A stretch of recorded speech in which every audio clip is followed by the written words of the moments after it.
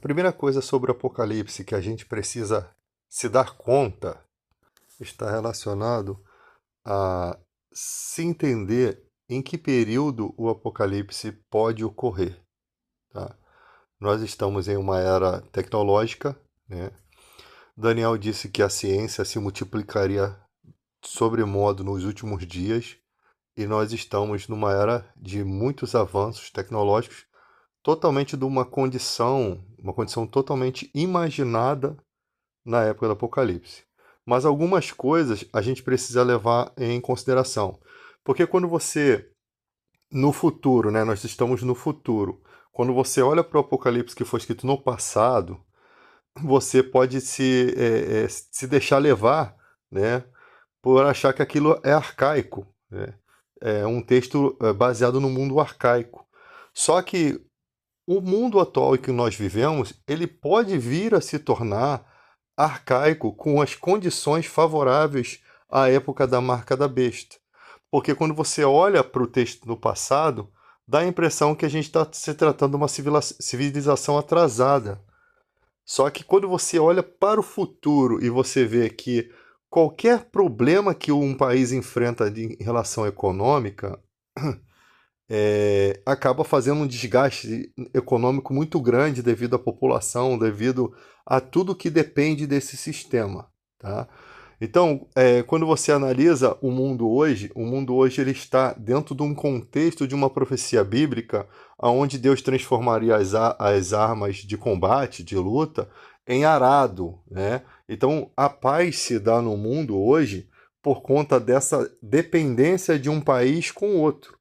Essas dependências econômicas que no passado foram desencadeadas, né, até chegar ao que nós temos hoje, indústrias, economias, acordos bilaterais, diplomatas que vão resolver as questões, é, as questões de conflitos entre uma nação e outra. Eles vão ter como é que eu posso dizer, a sagacidade ou a capacidade, né? A expertise é a palavra mais certa para poder lidar de forma diplomática com um monte de situações, tá? Então, até chegar a uma guerra, né? É muito difícil hoje você chegar a uma guerra ao nível global, como o Apocalipse descreve, mas que ali está descrito um momento como uma dor de parto, né? Um momento da história em que essas nações vão se levantar umas contra as outras. Nação se levantará uma contra as outras. O que pode ocasionar o levante de uma nação contra outra?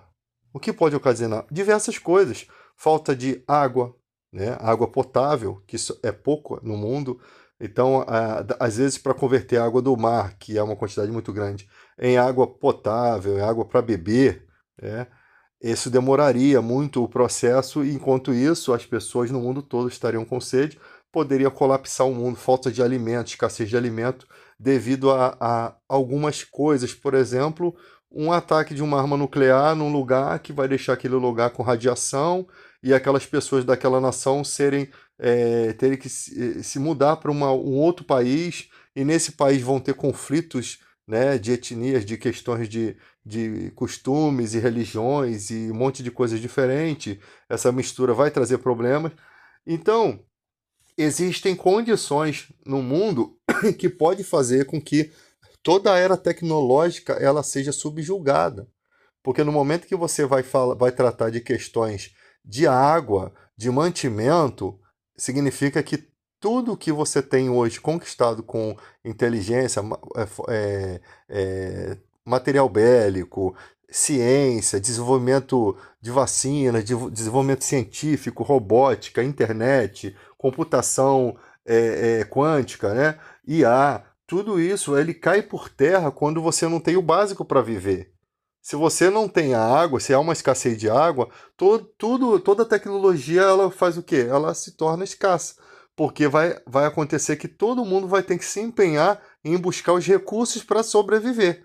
Não se trata mais de uma questão de prosperar para avanço tecnológico, para o homem poder ir à Lua. Se trata agora, num contexto, nesse sentido que eu estou falando, né, do caos, se trata agora de sobrevivência. Então, todos os recursos da ciência, todas as mentes brilhantes, inteligentes, todos os governantes vão estar em busca daquilo que é crucial para a vida. Então, uma garrafa de água mineral, aqui ó, pode se tornar utensílio de luxo. Então, nesse contexto, pode ser que o mundo fique numa posição tão arcaica em que um sistema pode surgir, né? E você só possa comprar e vender através desse sistema, tá? E ali, a marca, o número 666, possivelmente é exatamente esse número. Não existe... o texto está dizendo esse número e que esse número representa um nome e também uma marca que refere-se a esse nome, né? A esse número e a esse nome. Então, há 3 conexões ali, ou seja, um nome que de alguma forma é contado, que dê 666, que tem que estar dentro desse cenário, tá? Nesse cenário bíblico de sujeição de adoração a um ser, né? Que a gente sabe que não é Deus. A pessoa possivelmente vai estar ciente, porque muitos vão morrer decapitados por conta do testemunho, porque vão estar talvez lutando contra esse sistema. Uns vão lutar com força bruta, e outros vão lutar que não pode, né? Que aquele que tiver que ir para o cativeiro vai, para o cativeiro tem que ir, aquele que tiver que fugir vai ter que fugir. Outros vão lutar de forma bíblica, lutando, mostrando para a civilização que aquilo é o cumprimento de uma situação de fim de mundo e que é necessário que as pessoas entendam que estar com a marca é sinal de condenação, tá? Então parece que o mundo volta a um cenário sem tecnologia, sem nada, para o cumprimento dessa profecia, até porque quando fala de guerras e rumores de guerra, isso é um princípio das dores. Ou seja, como uma mulher tendo dor de partos, ou seja, ali é nação contra nação, depois de tudo se voltarão, aí virá o fim. Então você tem cenários ali que não acontecem no mundo hoje porque não é um mundo que está em instabilidade, é um mundo estável. Os acordos bilaterais, os acordos comerciais transformam esse mundo em um mundo estável. É um mundo onde dá para se viver sem muitas guerras. As guerras que tem são esporádicas, né? São até meio covardes, são guerras intencionadas com o intuito de domínio de economias, com domínio de regiões. A gente nunca imaginou que isso ia surgir, mas se tem potências que se aproveitam do seu poderio bélico, do seu poderio nuclear, e impede, né, como os Estados Unidos aí, impede outras nações de ter esse poderio, porque elas querem se manter, e quando elas estão vendo que outra nação, no caso oriental, né, eles estão no Ocidente, no caso oriental, a China, a Rússia, principalmente a China, quando você vê essa nação ela crescendo, se tenta de tudo para barrar essa nação de crescer. Por quê? Porque ela se torna um concorrente. No momento você é líder, no momento você tem acordo comercial com o mundo todo, no momento você vende material bélico para o mundo todo, você não vai vender material de última geração, você vai vender as quinquarias, né? as velharias que você tem no seu quintal. Você não vai vender as coisas importantes da sua casa. Você vai vender aquilo que você não utiliza, né? Você não vai vender sua tecnologia de ponta. Você vai vender uma tecnologia que aquela nação precisa para, no caso, lutar por uma nação do mesmo porte, né? Só que toda nação que entra em uma guerra ela tem um desgaste econômico, ela tem um desgaste muito grande.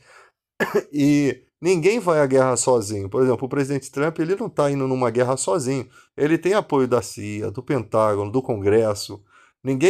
Não é um plano de um presidente, é um plano arquitetado por um país, por uma grande potência, que vê o mundo como um quintal e um cenário econômico, né? É onde um empresário tem que fazer dinheiro para sua empresa. É assim que se vê o mundo globalizado, né? Assim que eles veem. Então, despreza-se ética, despreza-se compromisso, amizades, né?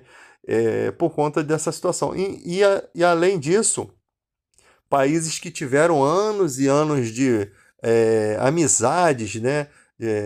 De potencial econômico grande, se desenvolveram uns aos outros por muito tempo, fizeram vários trabalhos legais pela humanidade, acabam, dependendo do governo que está, dependendo dos líderes que estão, acabam desfazendo muitos acordos com o intuito pessoais, né? Esses acordos que são desfeitos sempre têm um intuito pessoal. Então, você percebe que o Apocalipse, ele apresenta esse cenário que eu disse.